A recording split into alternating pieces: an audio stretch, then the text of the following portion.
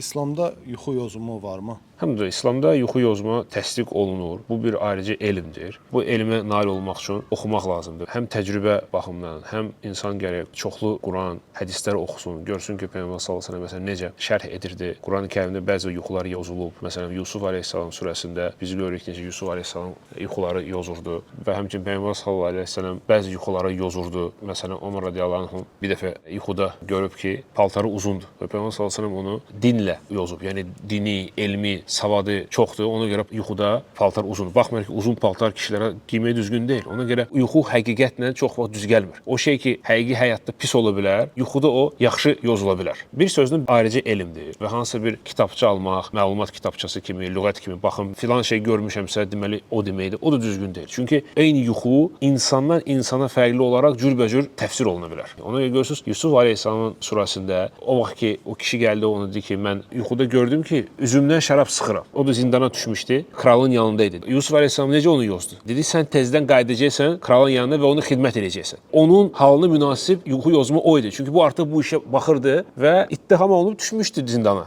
Lakin bu yuxu onu təsdiq eləyirdi onun üçün ki, bu tezdən çıxacaq və qayıdacaq həmin o işə. Ona görə bir sözlə yuxu yozma elmdir. Və mən də məsləhət görmürəm bugün məsələn internetdə falan yerdə cürbəcür kitablar, hətta tətbiqlər var indi yuxu yozur. Onlara müraciət etmək. Çünki onlar hamısı yanlışdır. Lakin ümumən bəli, yuxu haqdır və yuxu necə gəlib hədisdə peyğəmbərliyin bir cüzi qismidir. Yəni Peyğəmbər sallallahu əleyhi və səlləm deyir ki, peyğəmbərlik artıq olmayacaq məndən sonra, lakin yuxu olacaq. Bəzi yuxular müəyyən dərəcədə gələcək barədə xəbər verə bilərlər. Lakin onu yozmaq məsuliyyətli şeydir və hər adama da bu barədə müraciət etmək düzgün deyil.